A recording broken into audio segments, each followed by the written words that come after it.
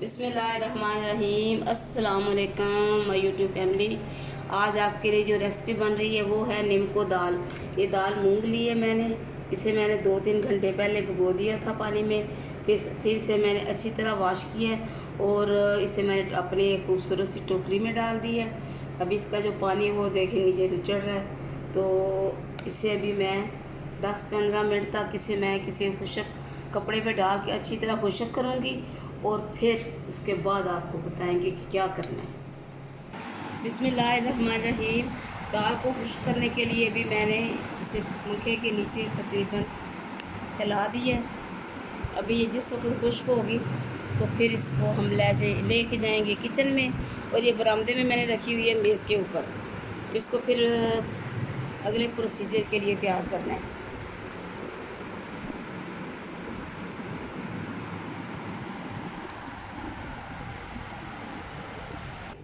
बिस्मिल्लाहिर्रहमानिर्रहीम।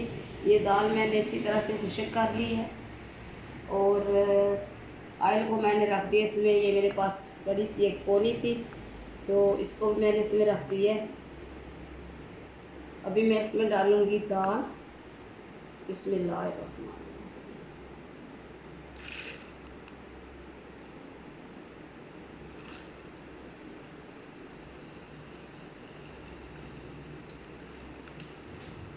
इसे अच्छी तरह फ्राई करना है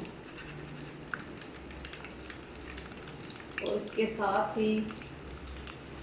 साथ ही हमने दूसरे चूल्हे पे रखी हुई है दाल मसूर, साबुत मसाली दाल। आज सारे काले दालें ही दालें पक रही हैं, कोई फ्राई हो रही है कोई पक रही है।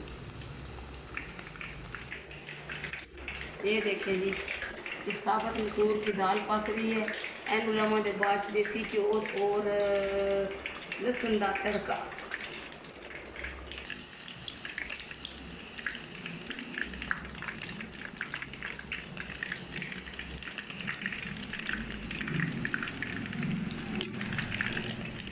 ये थोड़ी सी पोनी ऐसे ही है तो मैंने कहा चलो इसी निकाल लेती हूँ। वैसे तो है मेरे पास बड़ी जाली, लेकिन वो मैंने कहा शायद ख़राब ना हो जाए ऑयल में, इसलिए वो मैंने इस्तेमाल नहीं की।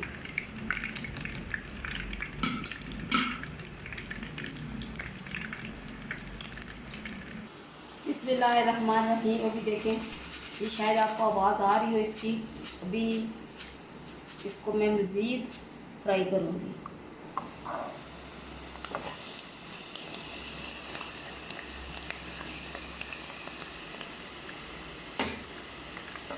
टाइम तो फिर लगता है ना इन्होंने ऐसे जो कम्मा से तो फिर खाने में से ये तो है नहीं ना कि फोटो फाट गंदे गल जाएंगे। अभी इसको फ्राई होना है, इसके बाद फिर इसमें जो मसाले डालने हैं वो भी आपको बताएंगे। बिस्मिल्लाहिर्रहमानिर्रहीम। अभी ये दाल हमारी फ्राई हो चुकी है। ये ट्रे में मैंने इसके नीचे रख दिए हैं टिश्यू पेपर, ताकि इसका जो फालतू ऑयल है वो उसमें जज़ब हो जाए।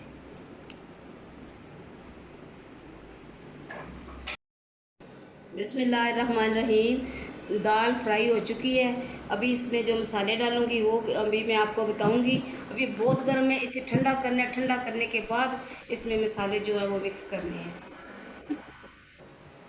और मैंने आपको बताया था कि आज हम बना रहे हैं साबुत मसूर की दाल, तो उसके लिए मैंने तड़का तकरीबन तैयार कर दिया है। ये मैंने इसमें कड़ी पत्ते डाले हैं और 2 मैंने सिर्फ इसमें डाले हैं लहसुन। अभी मैं इसको दाल में